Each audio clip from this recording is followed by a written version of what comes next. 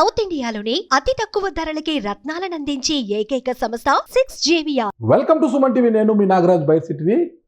దావోస్లో 4 రోజులుగా జరిగిన ప్రపంచ దేశాల ఆర్థిక సదస్సు నేటితో ముగిసింది. అయితే ఈ సదస్సులో హాజరైన తెలుగు రాష్ట్రాల ముఖ్యమంత్రులు అయితే తెలంగాణకు 1,64,050 కోట్ల పెట్టుబడులు వచ్చాయని, ఈ పెట్టుబడుల ద్వారా తెలంగాణ రాష్ట్రం 47,550 ఉద్యోగాలు రానున్నాయని తెలంగాణ ప్రభుత్వం గొప్పగా చెప్పుకుంటుండగా, అయితే ఏపీకి సంబంధించి మాత్రం ఇంతవరకు ఎలాంటి అప్డేట్ లేదు. అయితే త్వరలోనే ఆ ఏపీకి ఒక గుడ్ న్యూస్ వెలువడనుంది అంటూ ఆ ఏపీలోని ఐటీ శాఖ మంత్రి నారా లోకేష్ గారు ప్రకటించడం జరిగింది. అయితే ఏంటి ఆ గుడ్ న్యూస్, ఏంటి అసలుకి ఏ విధంగా వినబోతున్నాము అన్న పూర్తి వివరాలు తెలుసుకోవడానికి ఈరోజు మనతో పాటు ఉన్నారు Suman TV chief editor Keshav గారు. ఆయన అడిగి వివరాలు తెలుసుకున్నారు. నమస్తే కేశవ్ గారు. నమస్కారం. ఓకే, మరి దావోస్లో జరిగిన ప్రపంచ దేశాల ఆర్థిక సదస్సు ఈ రోజుతో ముగిసింది. అందరూ ఇంకా దక్షిణాది రాష్ట్రాల సీఎంలు అందరూ కూడా మొత్తం జంబో జట్టుగా తిరుగుపాయనమయ్యారు. ఇండియాకి అందరూ కూడా తిరిగి వచ్చేస్తున్నారు. అయితే ఇక్కడ మధ్యాహ్నం నుంచి ఒకటే స్క్రోలింగ్లు. ఆ తెలంగాణకు భారీ పెట్టుబడులు గత ప్రభుత్వంతో పోలిస్తే 4 రెట్లు అధికంగా పెట్టుబడులు వచ్చాయి. 1,65,050 కోట్ల పెట్టుబడి. అంటే మొత్తం లిస్ట్ ఫైనల్ అయిన అగ్రిమెంట్స్ 4 రోజుల నుంచి జరిగిన కంప్లీట్ అయినవి చూస్తే మొత్తం దేశంలో నంబర్ 1 పొజిషన్ లో ఉంది మహారాష్ట్ర. దాదాపు 10 లక్షల కోట్ల రూపాయల అగ్రిమెంట్స్ జరిగాయి. 10 లక్షల కోట్లు. 10 లక్షల కోట్లు. తెలంగాణ గవర్నమెంట్ కి సంబంధించి 1,78,000 కోట్ల రూపాయలకి సంబంధించి ఎంఓయూలు, ఒక అమెజాన్ కి సంబంధించి 60,000 కోట్ల రూపాయల పెట్టుబడులు పెట్టబోతున్నారు. దానికి సంబంధించి ఒప్పందాలు జరిగినాయి. అలానే కర్ణాటక నుంచి రిప్రజెంటేషన్ లేదు. వాస్తవానికి తమిళనాడు నుంచి జరిగింది, గుజరాత్ నుంచి జరిగింది, ఉత్తరప్రదేశ్ నుంచి జరిగింది.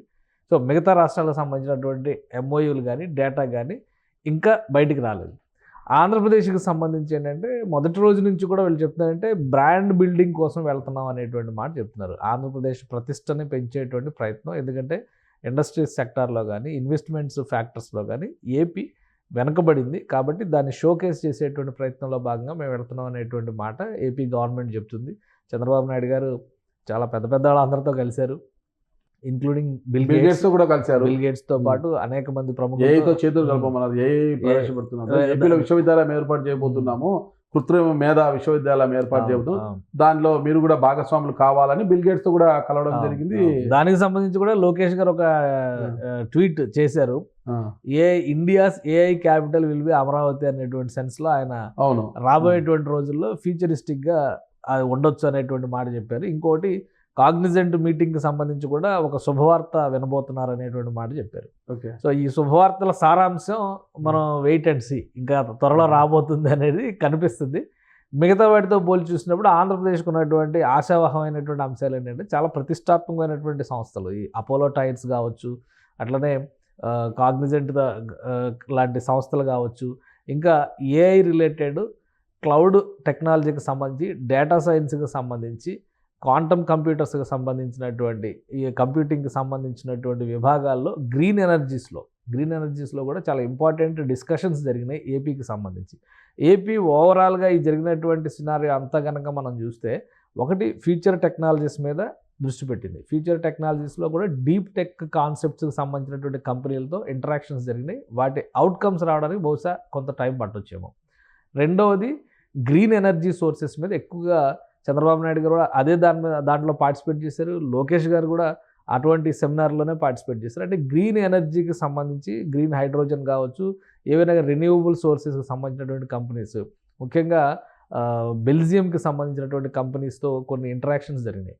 సో వాటికి సంబంధించినటువంటి అవుట్కమ్స్ రావడానికి కొంత సమయం పట్టవచ్చు. ఇది ఫ్యూచరిస్టిక్గా ఉండేటువంటి ఇండస్ట్రీ పైన ఆంధ్రప్రదేశ్ ఫోకస్ పెట్టింది అనడానికి ఒక అంశం. రెండోది, ఆంధ్రప్రదేశ్ ఎక్కువగా మాట్లాడినటువంటి అంశం ఏంటంటే స్కిల్ డెవలప్మెంట్ అండ్ ఎడ్యుకేషన్ సిస్టంలో కొత్త ఇంటిగ్రేషన్స్ తీసుకురావడం. అందుకనే లోకేష్ గారు వెళ్ళింది. ఇప్పుడు ఆయన మానవ వనరుల శాఖ మంత్రి కాబట్టి కళాశాల స్థాయిలోనే ఆ స్థాయిలోనే ఇక్కడ వ్యవస్థకి, అంటే మన దేశంలో ఉన్నటువంటి విద్యా వ్యవస్థకి యూరోపియన్ ఎడ్యుకేషన్ సిస్టమ్కి చాలా వేరియేషన్స్ ఉన్నాయి. అలానే ప్రపంచ స్థాయిలో, అంతర్జాతీయ స్థాయిలో ఉన్నటువంటి ఎడ్యుకేషన్ సిస్టంలో కూడా చాలా వేరియేషన్స్ ఉన్నాయి. వాటిని ఏ విధంగా మనం ఇంటిగ్రేట్ చేసి ఫ్యూచర్ టెక్నాలజీస్కి అనుబంధంగా మనం విద్యా విధానాన్ని కూడా, సింగపూర్ యూనివర్సిటీతో కూడా ఒక ఎంఓయూకి ప్రిపరేషన్ జరిగింది.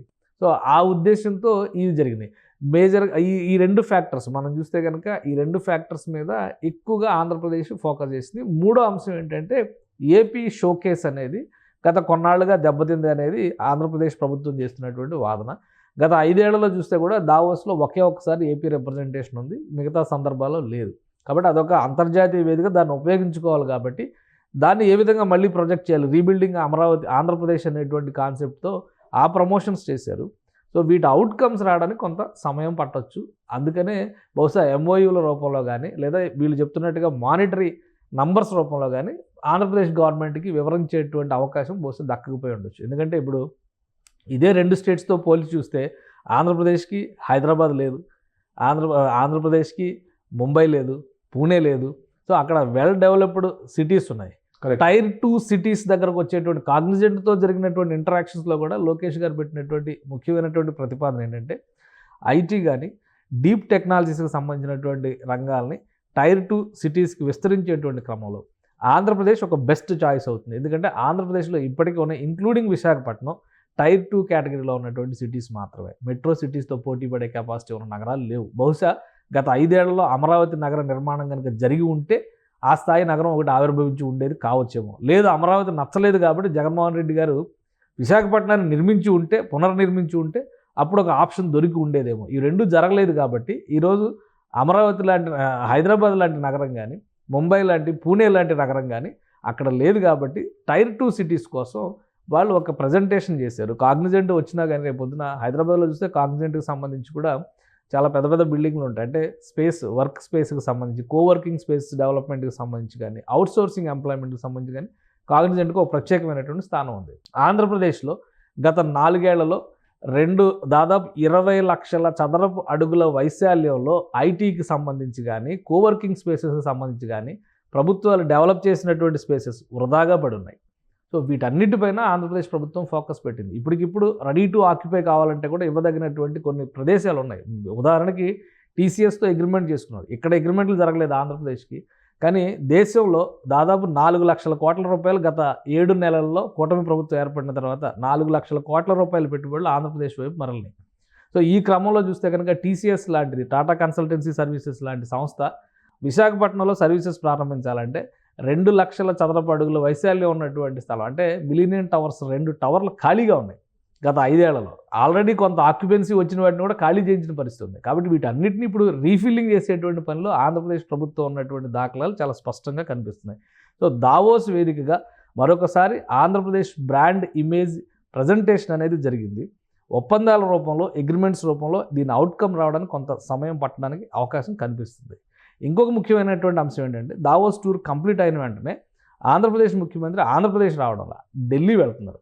ఢిల్లీలో కేంద్ర ప్రభుత్వానికి సంబంధించినటువంటి మంత్రులతో, కేంద్ర ప్రభుత్వ పెద్దలతో కొన్ని సంప్రదింపులు జరుపుతున్నారు. బహుశా ఈ ఫ్యూచరిస్టిక్ ఎనర్జీస్కి సంబంధించి కానీ, ఫ్యూచరిస్టిక్స్ రంగాలకు సంబంధించినటువంటి అగ్రిమెంట్స్ జరిగేటువంటి క్రమంలో ఆంధ్రప్రదేశ్ అనేది రాష్ట్ర ప్రభుత్వం కాబట్టి జాతీయ స్థాయి అప్రూవల్స్ ఏమైనా అవసరం ఉంటే ఆయన కలుస్తున్నారా, లేదా అక్కడ జరగబోయేటువంటి ఒప్పందాలు, ఎందుకంటే శుభవార్త త్వరలో వింటారు అనేటువంటి ఒక ట్యాగ్ లైన్ లోకేష్ గారు అక్కడ పెట్టుబడులు వచ్చాయి, ఇంతమందికి ఉద్యోగ అవకాశాలు వస్తున్నాయని ఎక్కడ చెప్పలేదు. శుభవార్త అని ప్రకటించారు. శుభవార్త ఏంది, ఎలా ఉండబోతుంది, ఆ శుభవార్తకి ఇవ్వబోయేటువంటి రూపం, తుది రూపం, ఆ తుది రూపం ఆయన చంద్రబాబు నాయుడు గారు కేంద్ర ప్రభుత్వ పెద్దలతో సంప్రదింపులు జరిపిన తర్వాత రావచ్చేమో అనేటువంటి ఒక ఆశ కనిపిస్తుంది. ఇప్పుడు ఒక బ్రాండ్ ఇమేజ్ కోసమే వెళ్ళారు, దావోస్ ఒక కేంద్రంగా చేసుకున్నారు మీరు అంటున్నారు. దావోస్కు వెళ్ళింది దావత్ కోసమే, పెట్టుబడుల కోసం కాదంటూ వైఎస్ఆర్ కాంగ్రెస్ పార్టీ నాయకులు ఆరోపిస్తున్నారు. యద్భావం తద్భవతి అని చెప్పని పవన్ కళ్యాణ్ గారి భాషలో చెప్పాలంటే గతి ఎంతో మతి అంత చెప్తారు కదా, ఆ టైప్లో వాళ్ళు చూసేటువంటి కోణాన్ని బట్టి ఉంటుంది. ఇప్పుడు రేవంత్ రెడ్డి గారు 1,78,000 కోట్ల రూపాయల అగ్రిమెంట్స్ చేసుకున్నారని గొప్పగా మాట్లాడేటువంటి పరిస్థితి ఉంది. ఇదే రేవంత్ రెడ్డి గారి గురించి 2 రోజుల క్రితం కేటీఆర్ గారు చేసినటువంటి కామెంట్స్ చూస్తే హైదరాబాద్లో చేసేటువంటి అగ్రిమెంట్స్ని దావోస్ దాకా పోయారు, అక్కడికి వెళ్ళి చిల్లర కొట్టు అగ్రిమెంట్లు చేసుకొని వస్తున్నారని చెప్పి ఆయన కామెంట్లు చేశారు. మరి 1,78,000 కోట్ల అగ్రిమెంట్లు చిల్లర కొట్టు అగ్రిమెంట్లు అని చెప్పి మనం ఒప్పుకోగలుగుతామా? కాబట్టి రాజకీయం అంటే అది ఇక మొత్తం అన్ని జారవిడి చేసినటువంటి వ్యాసంగంగా మార్చేసినటువంటి నాయకుల గురించి మాట్లాడాల్సిన అవసరం లేదు. అంటే ఎమ్మెల్యే తాటిపర్తి చంద్రశేఖర్ గారు కూడా ఒక ట్వీట్ చేశారు కదా, అంటే ప్రపంచ స్థాయి గల్ఫ్ కోర్టును అమరావతిలో నిర్మించడానికి హైదరాబాద్లోని ఒక స్టోన్ క్రష్ అనే ఒక కంపెనీతో ఒప్పందం చేసుకుంటున్నారు. 300 కిలోమీటర్లలో దూరంలో ఉన్న హైదరాబాద్లో చేసుకోవాల్సింది పోయి 2700 కిలోమీటర్లు ప్రయాణించాలి, అట్టుంటది మనతో ఈ లెక్క అని కామెంట్ చేశారు. అంటే కంపెనీ ఇప్పుడు ఒక కంపెనీ ప్రస్థానం హైదరాబాద్లో ఉన్నంత మాత్రాన, లేదంటే డెసిషన్ యూనిలీవర్ కంపెనీ గురించి కూడా మాట్లాడారు. హిందుస్థాన్ యూనిలీవర్ ఇండియాలో ఉండేటువంటి కంపెనీనే. మెగా ఇంజనీరింగ్ MEIL అనేది మన దేశంలో ఎన్ని ప్రాజెక్టులు చేస్తుందో తెలుసు. MEILతో కూడా 15,000 కోట్ల రూపాయల అగ్రిమెంట్స్ రేవంత్ రెడ్డి గారు చేసుకున్నారు. ఎక్కడ దావోస్లో. ఇక్కడ చేసుకోలేక అక్కడ చేసుకున్నారా అంటే అవి ఒక జాతీయ స్థాయి దాటి అంతర్జాతీయ స్థాయిలో ఎదిగినటువంటి సంస్థలు ఉంటేనే దావోస్లో ఎంట్రీ ఉంటుంది. మనం ఇక్కడ చిల్లర కొట్టు అగ్రిమెంట్లు మటన్ కొట్టులు పెట్టి అప్పుడు చేశారు కదా, మటన్ కొట్టు వ్యాపారం కోసం చేసుకునే వాళ్ళు దావోస్ సదస్సులో పార్టిసిపేట్ చేసి మేము ఆంధ్రప్రదేశ్ వ్యాప్తంగా 175 నియోజకవర్గానికి 10 మటన్ షాపులు చొప్పున చేస్తామని అగ్రిమెంట్ చేయలేరు. ఎందుకంటే దావోస్ అనేది వరల్డ్ ఎకనామిక్ ఫోరం నిర్వహించేటువంటి వేదిక. ఆ వేదిక దగ్గర చిన్న చితకా సంస్థలు వెళ్తాయి అనుకోవడం కరెక్ట్ కాదు. ఎమ్మెల్యేల స్థాయి వ్యాఖ్యలు కూడా కావాలి. ఒకటి అర్థం చేసుకోవాల్సింది అంటే ఒక ప్రయత్నం జరిగింది. అదే ప్రయత్నానికి ఇప్పుడు దీనికి సంజయ్షి ఆ ఎమ్మెల్యే గారు ఇవ్వగలుగుతారా? మనకొక పూణే లేదు, మనకొక హైదరాబాద్ లేదు, మనకొక ముంబై లేదు అనేటువంటి క్రమంలో గత 5 ఏళ్లలో ఉన్న వైజాగ్ని ఆ స్థాయికి తీసుకెళ్ళగలిగామా, లేదా అమరావతిని కొనసాగించుంటే ఆ స్థాయికి వెళ్ళగలిగేదా? ఈ ఆలోచన ఎందుకు చేయరు? కాబట్టి ప్రజల మనోభావాల్లో, ప్రజల ఆలోచన విధానాల్లో అపసవ్య ధోరణులను నాటడం ద్వారా రాజకీయంగా పబ్బం గడుపుకునేటువంటి సంస్కృతి అనేది రోజు రోజుకి పెరిగిపోతుంది. దీనివలన భవిష్యత్తుకి నష్టం. ఈరోజు జరిగినటువంటి చర్చల్లో ఆంధ్రప్రదేశ్ అదే మాట మనం అమర్నాథ్ గారు కూడా వెళ్ళారు కదా దావోస్. ఆయన ఏం అగ్రిమెంట్స్ గుడివాడ అమర్నాథ్ గారు వెళ్ళారు కదా, ఏం అగ్రిమెంట్స్ చేసుకొని వచ్చారు? ఒకసారి అవి రివిజన్ చేసుకొని చూడమని చెప్పండి. CII సమిట్ మేము దావోస్కి వెళ్ళట్లేదని చెప్పాను. ఎందుకంటే లాస్ట్ ఎలక్షన్స్ ముందర దావోస్కి వెళ్ళడం లేదు, వైజాగ్లో CII సమిట్ పెడతాం, వైజాగ్ని ప్రొజెక్ట్ చేస్తాం మేమని చెప్పాను. 13 లక్షల కోట్ల అగ్రిమెంట్లకు సంబంధించినటువంటి MOUలు కుదిరినాయి అనేటువంటి అనౌన్స్మెంట్ ఇచ్చారు. ఎన్ని లక్షల కోట్లు, ఎన్ని కోట్లు పోనీ ల్యాండ్ అయినాయి, దాని మీద క్లారిటీ ఇవ్వగలరా? మేము ఇది చేసామని చెప్పిన తర్వాత మీరు చేసిన తప్పు అనేటువంటి ప్రశ్నలు ఏమైతే అర్థం ఉంటుంది. ప్రతిదాన్ని వ్యతిరేకించడం, ప్రతిదాన్ని విమర్శించడం, ప్రతిదానిలో రాజకీయం చూడటం వల్లనే ఆంధ్రప్రదేశ్ గత 10 ఏళ్లలో విపరీతమైనటువంటి తిరోగమనం దిశగా వెళ్ళింది. 10 ఏళ్లలో, 5 ఏళ్లలోనే కాదు, 10 ఏళ్లలో జరిగినటువంటి రాజకీయ క్రమాన్ని మనం కనుక పరిశీలించి చూస్తే ఎవరు చేసినా అది తప్పు కిందే చూడాల్సి ఉంటుంది. ఇప్పటికైనా కానీ సరిదిద్దుకుంటే ఆంధ్రప్రదేశ్ ప్రజల భవిష్యత్తుకు సంబంధించి, రాబోయేటువంటి తరాలకు సంబంధించినటువంటి ఒక ప్రాతిపదికను వేసేటువంటి అవకాశం ఉంటుంది. ఎందుకంటే ఒక మహానగర నిర్మాణం జరగాలి అనేటువంటి ఒక ప్రయత్నం జరుగుతుంది. At the same time regional balanced development అనేటువంటి ఒక కాన్సెప్ట్తో సమతుల అభివృద్ధి రాష్ట్ర వ్యాప్తంగా జరగాలనేటువంటి ఒక ప్రయత్నం జరుగుతుంది. దీనిలో రాజకీయంగా మీరు పోషించాల్సినటువంటి పాత్ర ఆలోచించాలి. కానీ ఎంతసేపు పదవుల గురించి, చేసిన పనులపైన విమర్శల గురించి ఆలోచిస్తే ప్రతిఫలం శూన్యం. ఓకే, లోకేష్ గారు ప్రకటించినట్లుగా గుడ్ న్యూస్ అని కూడా, గుడ్ న్యూస్లో భాగంగా ఏదైతే ఒప్పందాలు జరిగి ఉన్నాయో, ఒప్పందాలు జరిగి ఉంటే గుడ్ న్యూస్ అని అంటారు. ఆ గుడ్ న్యూస్లో భాగంగా వచ్చిన వెంటనే ఈ 5 ఏళ్ళ ఇంకా గడిచి ఇంకా 4.5 సంవత్సరం ఉంది. ఈ 4.5 సంవత్సరంలో ఇవన్నీ కూడా కార్యరూపం దాలిస్తే ఖచ్చితంగా ఆంధ్రప్రదేశ్ అభివృద్ధి పథంలో ముందుకు వెళ్తుంది. గతంలో 95లో చంద్రబాబు నాయుడు ఉమ్మడి ఆంధ్రప్రదేశ్లో ఐటీతో మొత్తం ఆంధ్రప్రదేశ్ని పరుగు పెట్టించారు, అంటే అభివృద్ధి పథంలో నడిపించారు. ఇప్పుడు ఏఐతో కూడా ఏపీని విభజిత ఆంధ్రప్రదేశ్ని అభివృద్ధి పథంలో నడిపించాలని చూస్తున్నారు. అవకాశం ఉంటుంది. ఎందుకంటే ఇప్పుడు మైక్రోసాఫ్ట్తో సంబంధం లేకపోయినా మైక్రోసాఫ్ట్ ఫౌండర్గా బిల్ గేట్స్ గారికి ఉండేటువంటి ఐడియాలజీని, ఆయన చేయగలిగేటువంటి కెపాసిటీని తక్కువ అంచనా వేయలేము. ఇప్పుడు ఏఐ రూపంలో ప్రపంచవ్యాప్తంగా ఒక పోటీ నడుస్తుంది. బహుశా 2000 సంవత్సరంలో 1995 నుంచి 2000 సంవత్సరం మధ్యలో జరిగినటువంటి పరిణామాల్లో ఐటీ అనేది ఇంత విస్తారమైనటువంటి రూపంలో ప్రతి ఒక్కరూ ఉపయోగిస్తారని ఎవరు ఊహించుంటారు. కరెక్ట్. కానీ దాన్ని ఇప్పుడు మనం దాన్ని ఇప్పుడు అనుభవిస్తున్నాం. అదే తరహాలో ఈరోజు ఏఐ చాలా చిన్న అంశంగా కనిపించి ఉండొచ్చు, భవిష్యత్తు మొత్తం ఏఐ కావచ్చు. సో దాని మీద ఫోకస్ పెడుతున్నారు. మైక్రోసాఫ్ట్ కోపైలట్ లాంటి టెక్నాలజీని తీసుకొచ్చి, అటువైపు గూగుల్ ఏమో జెమినీ అని చెప్పిన ఒక టెక్నాలజీని తీసుకొచ్చి పోటాపోటీగా ప్రయత్నాలు చేస్తున్నారు కదా. రేపు ఈ కాంపిటీషన్లో ఎవరు ముందు నిలుస్తారో తెలియదు. కాబట్టి మైక్రోసాఫ్ట్ వేదిక కావచ్చు ఆంధ్రప్రదేశ్కి. ఇంకోటి లోకేష్ గారు కూడా ఒక మాట చెప్పింది ఏంటంటే, ఏఐ సిటీగా అమరావతి కేంద్ర స్థానం అవుతుంది దేశం మొత్తానికి అంటున్నారు. ఆ విజన్ బహుశా రియాలిటీలోకి వస్తే ఖచ్చితంగా ఒక అడ్వాంటేజ్ అవ్వచ్చు. శిక్షణ ఇచ్చి ఒక విశ్వవిద్యాలయాన్ని కూడా ఏర్పాటు చేస్తున్నారు. అవును. ఎందుకంటే ఇప్పుడు డ్రోన్ టెక్నాలజీ కానీ ముందు దానికి సంబంధించిన స్కిల్స్ డెవలప్మెంట్ పైనే చాలా రిక్వైర్మెంట్ ఉంది. దాని గురించి మాట్లాడేటువంటి పని కూడా లేదు కదా. మనం గత ప్రభుత్వంలో అయితే చూడలేదు కదా. ఇదే టెక్నాలజీస్ 10 ఏళ్ల నుంచి ఎవాల్వ్ అవుతున్నటువంటి టెక్నాలజీసే కదా. ఆ ప్రయత్నాలు జరుగుతున్నటువంటి సంకేతాలు కానీ వాటి మీద ఆసక్తి కలిగేటువంటి చర్చలు కానీ ఏ రోజైనా జరిగినాయా? అది జరిగితేనే కదా వేదిక ప్రాతిపదిక అనేది ఉండేది. హైటెక్ సిటీ చంద్రబాబు నాయుడు కట్టారా, లేదంటే ఇంకొకటి ఏదైనా కట్టారా లేదా అనేటువంటి చర్చ కంటే దానివల్ల జరుగుతున్నటువంటి అభివృద్ధి, ఎకానమీ ఏ విధంగా విస్తృతి పొందింది అనేది మనం చూడాలి. ఇప్పుడు రాబోయేటువంటి రోజుల్లో అంతా కూడా ఎలా అయితే మనం పారిశ్రామిక విప్లవం అని చెప్పుకున్నామో, ఇప్పుడు జరగబోయేదంతా ఏఐ విప్లవం. ఈ ఏఐ విప్లవం మరొక 50 ఏళ్ల పాటు ఉండడానికైతే అవకాశం కనిపిస్తుంది నియర్ ఫ్యూచర్లో. ఇంకా అంతకంటే ఎక్కువ వెళ్ళినా కదా, మన చూపు బియాండ్ 50 ఇయర్స్ లేకపోయి ఉండొచ్చు కదా. అందుకనే 2047 వరకే విజన్ చేసుకున్నాం మనం. సో ఆ అవసరాలకు తగ్గట్టుగా వచ్చేటువంటి టెక్నాలజీస్కి ఆంధ్రప్రదేశ్ వేదిక అవ్వచ్చు. ఎందుకంటే ప్రపంచవ్యాప్తంగా టెక్నాలజీ నిపుణుల్లో తెలుగు వాళ్ళ శాతమే ఎక్కువ ఉంది. అది ఏపీ కావచ్చు, తెలంగాణ కావచ్చు, తెలుగు వాళ్ళ శాతమే ఎక్కువ ఉంది. కాబట్టి ఈ ఫ్యూచర్ టెక్నాలజీస్లో కూడా తెలుగు వాళ్ళ పాత్ర అపారంగా ఉంటుంది. రాబోయే రోజుల్లో ఈ భౌగోళిక సరిహద్దులన్నీ చెరిగిపోయేటువంటి అవకాశం ఉంటుంది. గ్రామీణ ప్రాంతాల్లో కూర్చుని కూడా పనిచేసేటువంటి అవకాశం ఉంటుంది. ఈసారి వీళ్ళు ఎక్కువ ప్రజెంట్ చేసింది వర్క్ ఫ్రమ్ హోమ్ అనేది. కరోనా వచ్చే వరకు మనకు వర్క్ ఫ్రమ్ హోమ్ అనేది కాన్సెప్ట్ తెలియదు కదా. కానీ ఈ రోజు వర్క్ ఫ్రమ్ హోమ్ అనేది ఒక సెగ్మెంట్ కింద అంత పెద్ద వేదికలో చంద్రబాబు నాయుడు ప్రజెంట్ చేశారు కదా. మా దగ్గర స్కిల్స్ ఉన్నటువంటి వ్యక్తులు చాలా మంది ఉన్నారు, ఇంటి నుంచి కూడా పనిచేసేటువంటి అవకాశం కల్పించున్నారు. ఫస్ట్ టైం మాట్లాడారు కదా ఆ కాన్సెప్ట్ని. మిగతా రాష్ట్రాల్లో మిగతా ముఖ్యమంత్రులు కానీ ప్రధానమంత్రి నరేంద్ర మోడీ గారు కానీ దీన్ని ఇంకా రిఫర్ చేయలేదు కదా. బట్ చంద్రబాబు నాయుడు అది టేకప్ చేశారు కదా.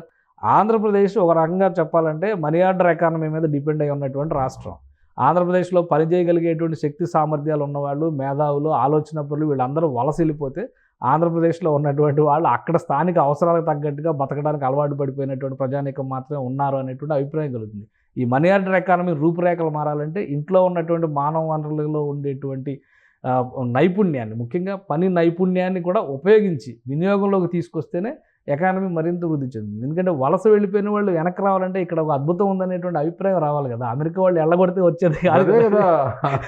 వాళ్ళు డొనాల్డ్ ట్రంప్ తీసుకుంటే నిర్ణయాల కారణంగా మన వాళ్ళు వెనక్కి వచ్చేస్తారే అనే భయం లేదు. ఇక్కడికి వచ్చి వారి యొక్క మేధో సంపత్తిని ఇక్కడ నుంచి పనిచేయచ్చు కదా. ఇక్కడ నుంచి పనిచేసి హ్యాపీగా మన ఆంధ్రప్రదేశ్ అభివృద్ధి చెందుతుంది. ఖచ్చితంగా అవకాశాలు కూడా ఉన్నాయి రాబోయేటువంటి రోజులు. ఇప్పుడు అక్కడికి వెళ్ళిన తర్వాత మా అవకాశాలు పోతున్నాయని అమెరికాలో ఎలా బాధపడుతున్నారో, సో ఇక్కడ నుంచి పని చేసినా కానీ అమెరికాలో ఉపయోగించుకునేటువంటి అవకాశం ఉంది కదా. సో టెక్నాలజీ మారిపోయింది కదా. అందుకని రేపు వర్క్ ఫ్రమ్ హోమ్ హబ్గా ఆంధ్రప్రదేశ్ని తీర్చిదిద్దిన ఆశ్చర్యపోవాల్సినటువంటి అవసరం లేదు.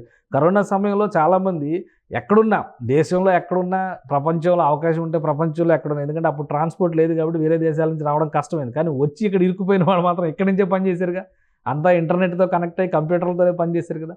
సో అదే తరహాలో రాబోయే రోజుల్లో ఎకానమీ అంటే ఆర్థిక వ్యవస్థ రూపురేఖలు మారుతాయని మనం ఎలా ఆలోచిస్తున్నామో, 1 ట్రిలియన్ ఎకానమీగా ఆంధ్రప్రదేశ్ మారుతుందని చెప్పి ఎలా ఆలోచన చేస్తున్నామో, అదే తరహాలో పనిచేసేటువంటి విధానం కూడా మారుతుంది.